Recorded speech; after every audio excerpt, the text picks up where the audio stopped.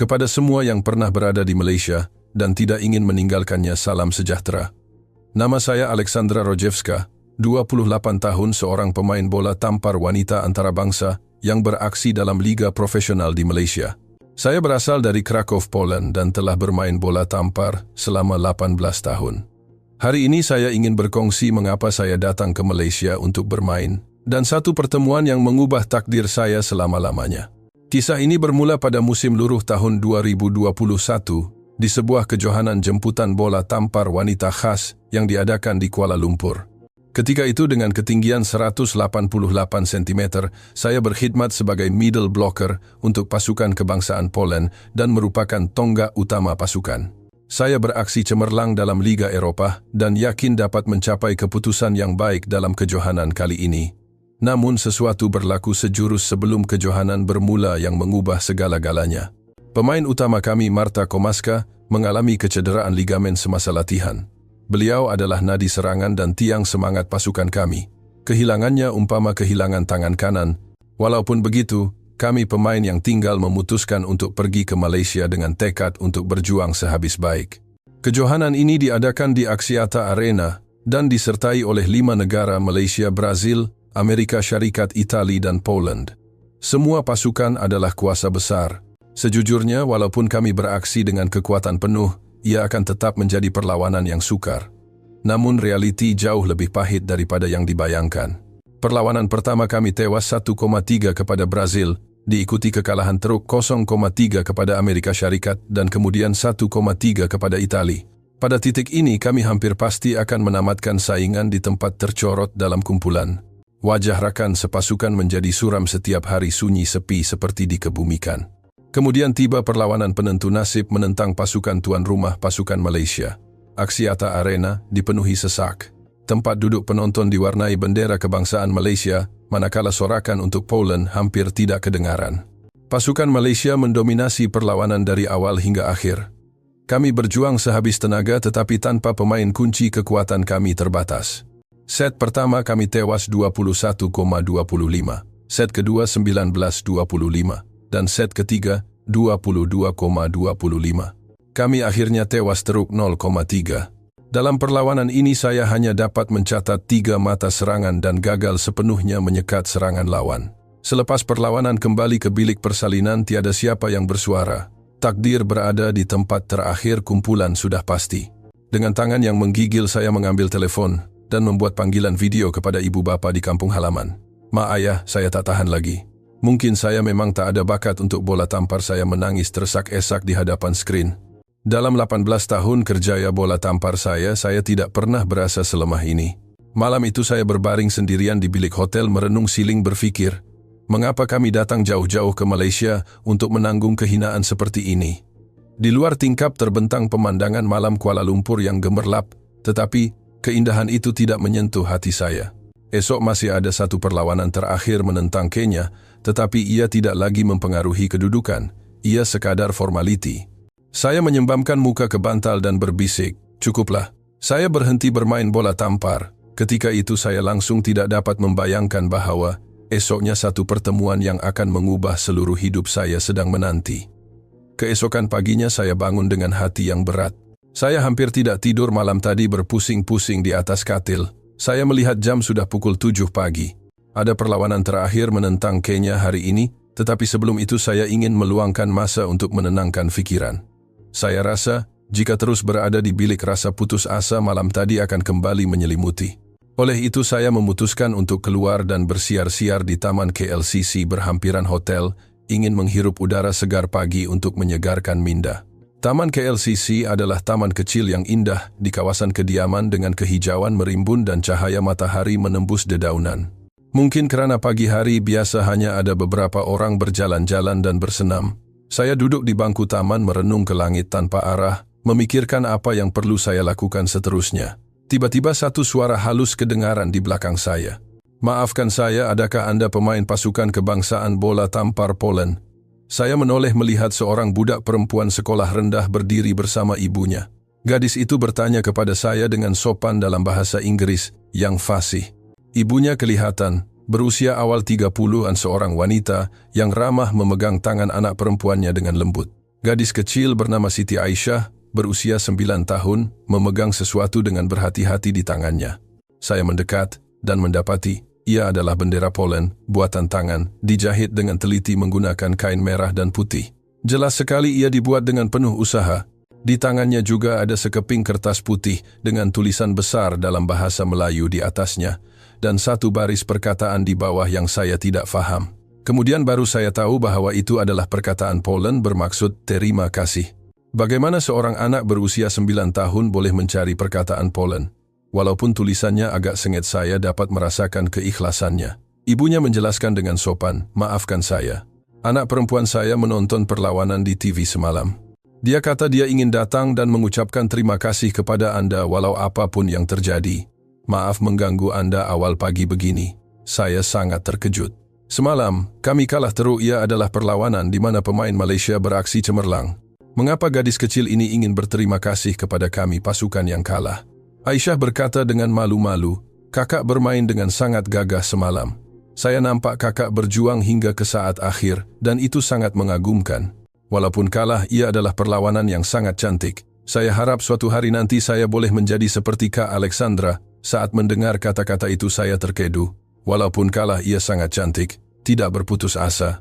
Berharap suatu hari nanti boleh menjadi seperti Anda. Sepanjang kerjaya bola tampar saya tidak pernah ada orang yang mengatakan kata-kata seperti ini kepada saya ketika saya berada di pihak yang kalah. Di Poland, sukan adalah dunia yang berorientasikan keputusan. Pemenang dipuji, yang kalah dilupakan. Saya membesar dalam persekitaran seperti itu, itulah sebabnya kekalahan malam tadi amat menyakitkan bagi saya. Tetapi gadis 9 tahun ini berbeza sama sekali. Dia melangkaui kemenangan dan kekalahan, menghargai proses perlawanan kami. Dia berkata bahwa semangat juang kami adalah indah. Ibunya menambah, "Anak saya mula belajar bola tampar sejak usia 3 tahun. Selepas menonton perlawanan semalam, dia berkata, pemain Poland berusaha sangat keras. Mereka pasti sedih. Saya mau pergi dan mengucapkan terima kasih kepada mereka." Jadi dia mencari perkataan Poland di internet dan menulisnya dengan bersungguh-sungguh. Air mata mula mengalir dari mata saya. Tetapi ini bukan air mata kesedihan seperti malam tadi. Sebaliknya, air mata kehangatan yang mengalir karena merasai kebaikan hati orang lain. Aisyah menghulurkan bendera buatan tangan dan kad ucapan itu kepada saya. Apabila saya menerima hadiah yang dibuat dengan teliti dari tangan kecilnya, sesuatu di dalam hati saya berubah. Malaikat kecil ini mengajar saya nilai sebenar sukan, bahwa ia bukan hanya tentang kemenangan. Sikap berjuang dengan sehabis tenaga itu sendiri mempunyai kuasa untuk menyentuh hati.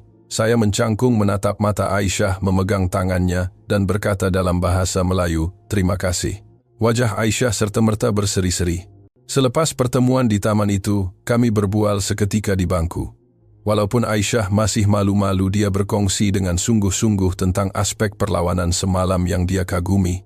Setiap kata-kata naifnya perlahan-lahan menyembuhkan hati saya yang terluka. Tiba-tiba Puan Salina, ibu Aisyah, berkata, "Jika Cik Alexandra tidak keberatan, sudikah Cik makan malam di rumah kami malam ini? Anak saya ingin berbual lebih banyak dengan Cik Alexandra." Saya agak terkejut.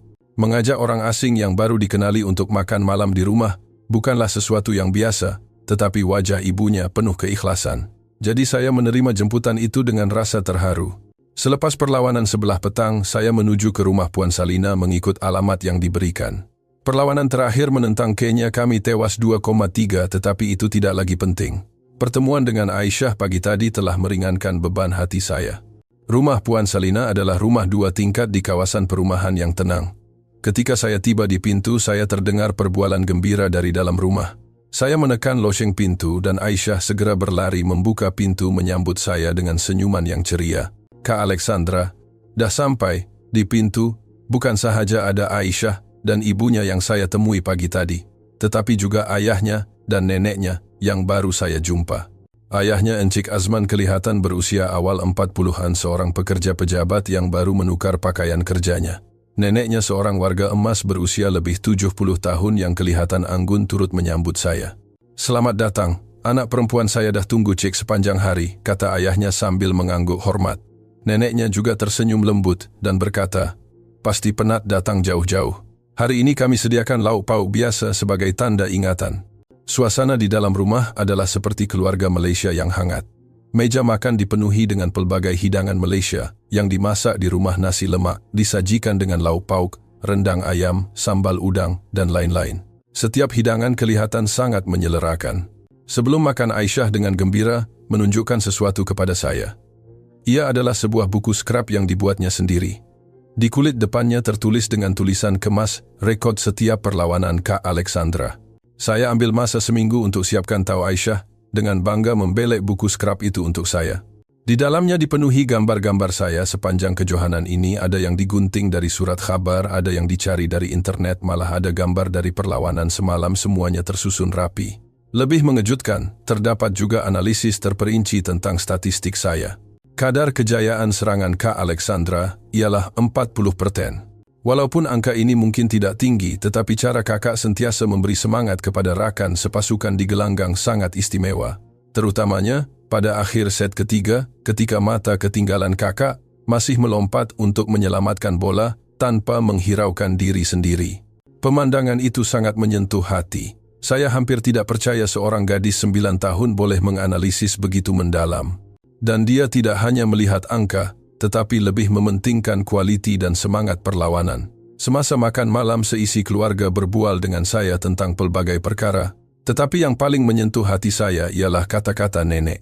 Di Malaysia, kami mempunyai budaya yang menghargai kemesraan dan budi bahasa, yaitu memberi sokongan kepada mereka yang berjuang sehabis tenaga, bukan sahaja pemenang yang hebat.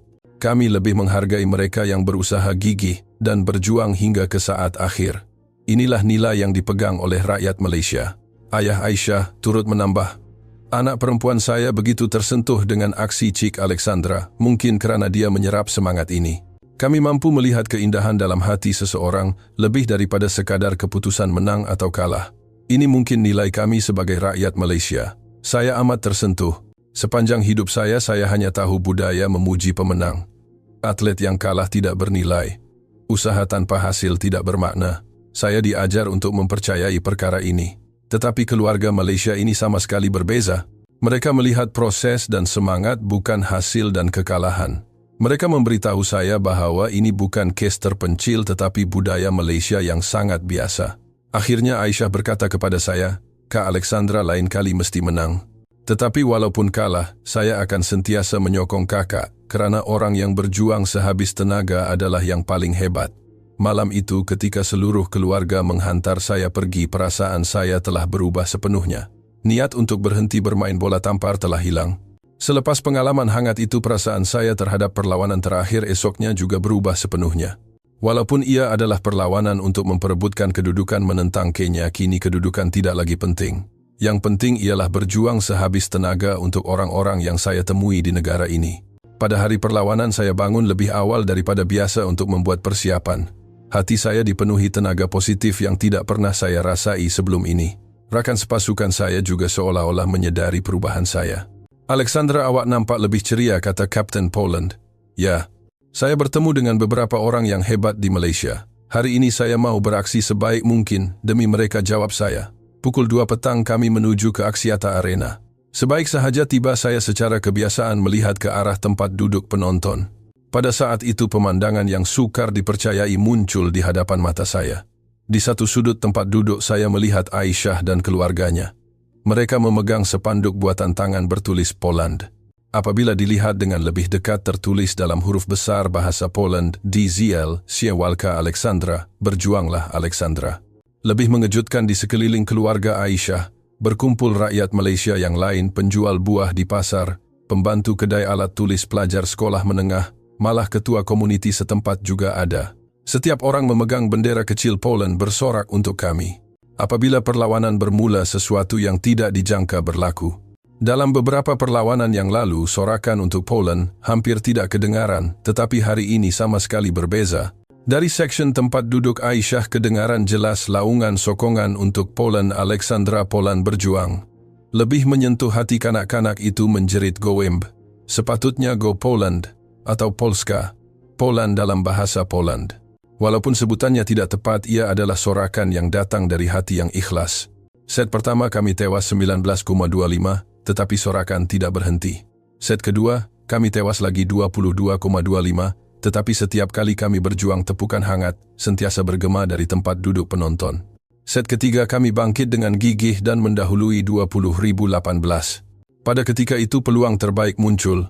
Setter memberikan umpan yang sempurna kepada saya. Saya melompat dengan sekuat tenaga dan menyerang bola, melepasi sekatan pihak lawan jatuh tepat di gelanggang mereka. 21-18. Pada detik itu arena meletus dengan sorakan gemuruh. Terutamanya dari section Aisyah. Suaranya kedengaran seperti kami sedang bermain di gelanggang sendiri di Poland. Saya tanpa sedar menggenggam penumbuk dan menunduk hormat kepada penonton. Walaupun kami memenangi set ketiga 25-21, kami tewas tipis dalam set keempat dan kelima. Akhirnya Kenya menang 3,2. Kami menamatkan kejohanan di tempat terakhir. Tetapi sejurus selepas whistle penamat berbunyi sesuatu yang lebih menakjubkan berlaku. Seluruh penonton di arena berdiri dan memberikan standing ovation kepada kami.